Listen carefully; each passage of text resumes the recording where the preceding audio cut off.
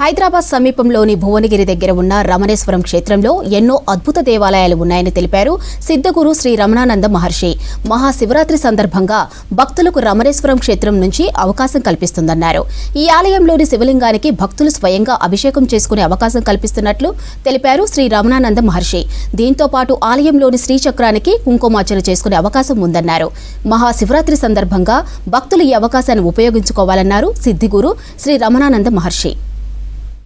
శివరాత్రి నాడు ఈసారి స్పెషల్ అనుష్ఠానాలు భక్తుల కోసం ఏర్పాటు చేయడం జరిగింది. ఈసారి శివరాత్రి చాలా ఉపాసనాపరంగా నేను రూపొందించాను. రుద్రాభిషేకం చేయడం. ఇగో శివరాత్రి నాడు నువ్వు ధ్యానం చేయలేకపోవచ్చు, జపం కూడా సరిగా చేయలేకపోవచ్చు, కానీ రుద్రాభిషేకం వెరీ పవర్ఫుల్. శివరాత్రి రోజు లింగోద్భవ సమయములోన రమణేశ్వరములోని 2000 శివలింగాలకు సహస్ర శ్రీచక్రాలకు విశేషమైనటువంటి అభిషేకము జరుగుతుంది. కాబట్టి మీరు చక్కదని ఉపయోగించుకోండి.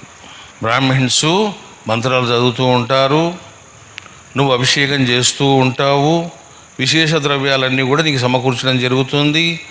మీకు గంటకు రుద్రాభిషేకం ఎట్లుందో గంటకు రుద్రహవనం ఉంటుంది.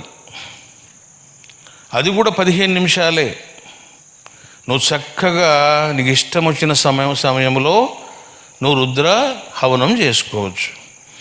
లేదు నేను అది కూడా కట్టుకోలేనండి అని ఎవరైనా అనుకుంటే 18 నామాలతో నువ్వు చక్కగా నీవే హవనం చేసుకోవచ్చు. ఓం మహాగణాధిపతయే స్వాహ, ఓం పరమశివాయ స్వాహ అని నీకు ద్రవ్యాలు ఇస్తారు. ఆ ద్రవ్యాలతోటి నువ్వు చక్కగా హవనం చేస్తే శివరాత్రి రోజు నువ్వు హవనం చేసిన వాడివి అవుతావు.